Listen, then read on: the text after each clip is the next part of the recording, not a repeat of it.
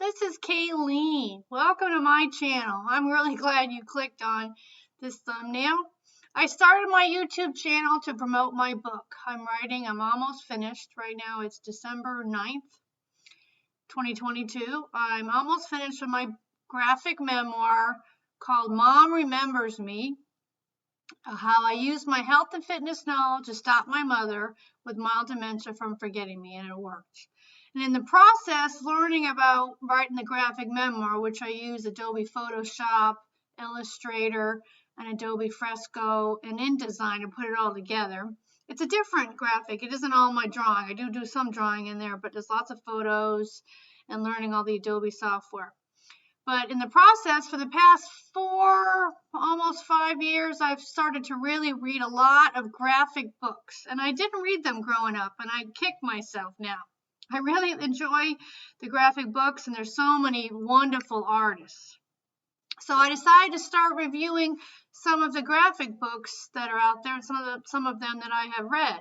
So what I decided to do today was to review George Orwell's Animal Farm, the graphic novel, which this has been adapted and illustrated by Odyr.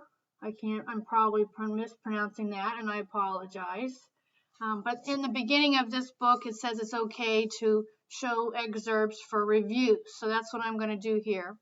So I wanted to go over this book, and if you don't know that it's out there, definitely by all means, I'm sure many times there are lots of books that we were not for me for a darn long time, read for school. So if you are reading this in school, I highly recommend also don't cheat your teacher, because I'm a teacher. Also read this book to help you a little bit. I think the combination of all text and then the graphic adaptations really makes you understand it. So in my next video, I'm going to review 1984, George Orwell. There are two other artists that have done a graphic adaptation of 1984. So I'm going to do that in my very next video after I finish listening to the book and also watching a couple of the movies. So in the meantime, I wanted to go over this. So, spoiler alert, I probably am going to be giving you the end. I will be giving you the end of the story. But here's the book. I'm a big proponent, and actually my mother, who you heard about me talking about, is the first one, probably 20 years ago, she mentioned to me the library. And I thought, oh, the library has everything, and they also have lots of educational stuff. And almost all the times, if they don't have it, they can get it for you, or the interlibrary loan. And a lot of times I do suggest a purchase, and 90% of the time they purchase what I asked for, because they're always kind of looking for ideas, and you get a certain number of, they call them suggestions for purchase. So this is the Animal Farm, illustrated by Odyr. At first I didn't really like, and of course art is completely subjective. We know that, right? So this is the style of Odyr's art is more like, showing all the paint strokes. And it's really kind of like, it makes me think of maybe Renaissance. I don't have an art degree, but I do like art. I love art. I did happen to work on a cruise ship the summer of '06 as their fitness instructor. And I went to all of the I went to the Louvre, and I went to the Hermitage many times. So I do enjoy art. So I wanted to go over so you can see where the art here is, like I said, shows all the paint strokes. And of course this story is all about a gentleman, Mr. Jones, who owns a farm. And it's just him. He doesn't have anybody else. And of course part of the story is completely unbelievable, and at first, halfway through the book and the story, and I don't remember whether I ever had to read this in school, which would have been couple of decades ago, whether I had to, but it's just him, and he isn't very nice to all of his animals, which is true for a lot of people, a lot of supervisors. They just don't believe that it's beneficial to them, and that's just how they were brought up, right? People You do what you know. If you don't know any differently, you always do. So sometimes I have to forgive people because I realize they just don't know any better, right? So we can see some of these, and it starts off when they end up fighting Mr. Jones and they kick him out and they take control over the whole farm, which that's the part of it that's really kind of unbelievable, that all the animals take control and they do everything you could possibly think of.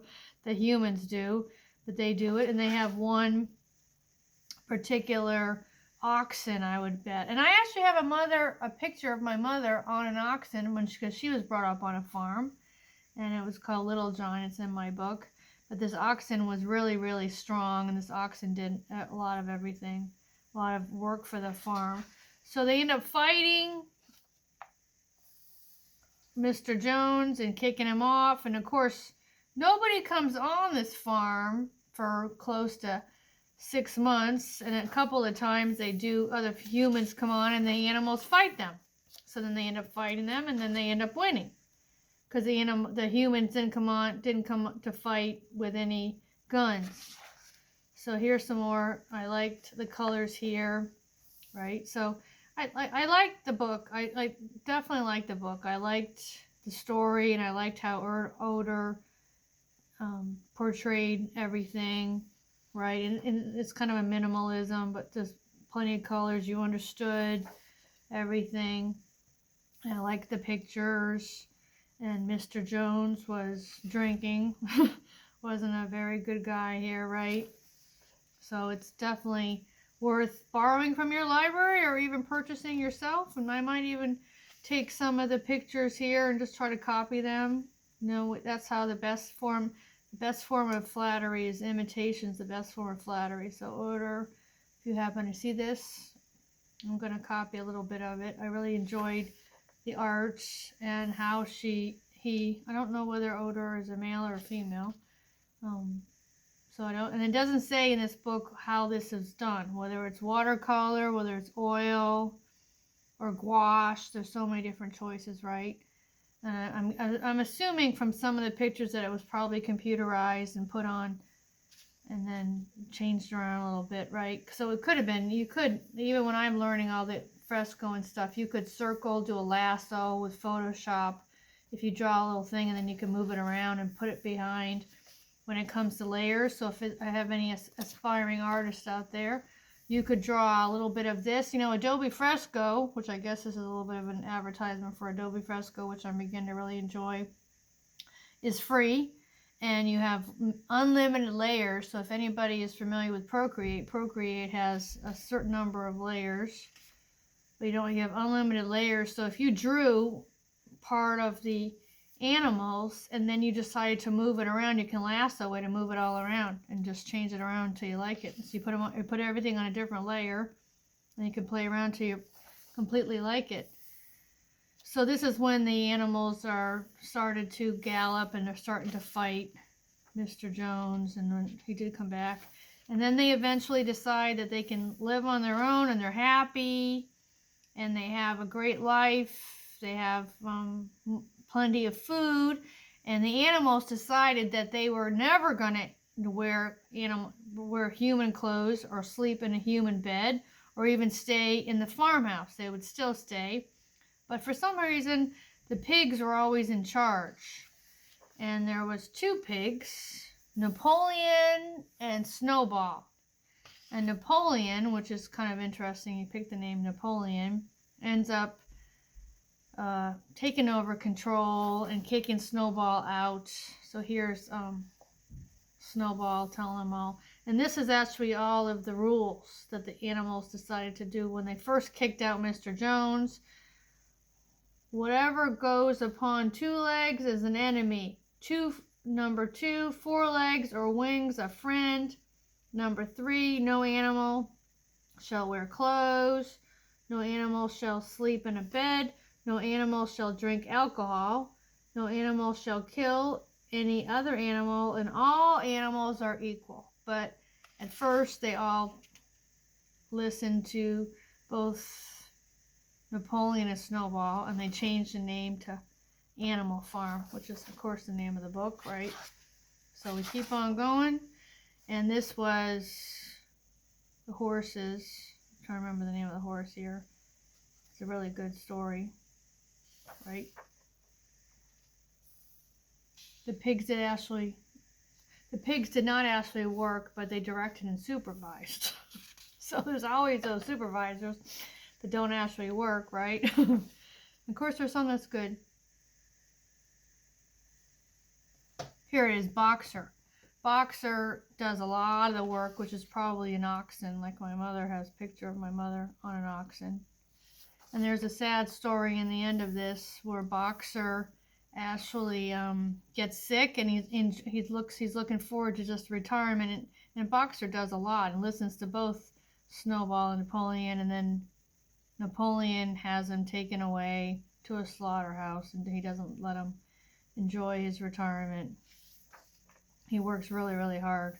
So here's some other stuff. So I'm not going to go over all of it, right? But I highly recommend. I will jump to the end where, in the very end, when Napoleon takes over, he kind of copies exactly what happens with humans, which of course with George Orwell. I really wonder whether George Orwell studied some kind of psychology to wonder everything, right? He's fighting. Oh, and Napoleon actually adopted 12 dogs when they're puppies and pretty much recruited them and made them be his guard dogs, and he fought everybody else. Napoleon made all the dogs fight everybody for him. And they still fought the second time when humans came and tried to take over the farm, even with guns, and they still won. So this story ends. I really like this. This was really good art here with the snow and stuff. They never really say what state this is in, but obviously it's got to be a northern state. And in the end, see, this is the part where I talked about where Boxer was wanting to enjoy his retirement, but they didn't let him. Napoleon took him for the slaughterhouse. And it ends up with Napoleon actually starting to live in the house and wear human clothes.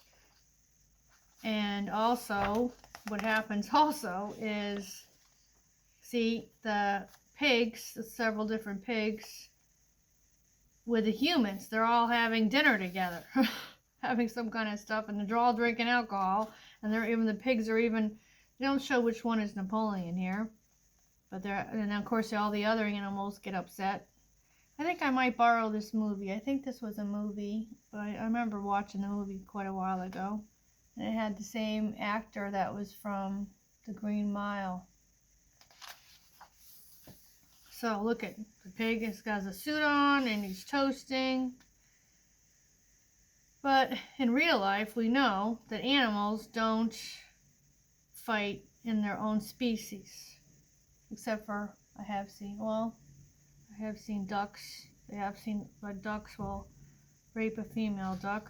It's a gang rape, so that's, but most animals don't do what humans do to each other, right? So here we go at the end. And I think that's one of my favorites. And here is talking about George Orwell, how he was born in Bengal, India, the son of a British colonial civil servant. He was educated in Eton and in 1922 joined the Indian Imperial Police in Burma, resigning in 27 to become a writer. What I think is really interesting is he died at 47. He wasn't very old at all. Okay, now I know that Odyr is a male. Sorry about that earlier. From Brazil. But I did learn to like this. At first, I didn't really like the artwork, but I learned to like it. So, thank you very much for listening. If I taught you anything, if you have any questions and comments, I would really appreciate it.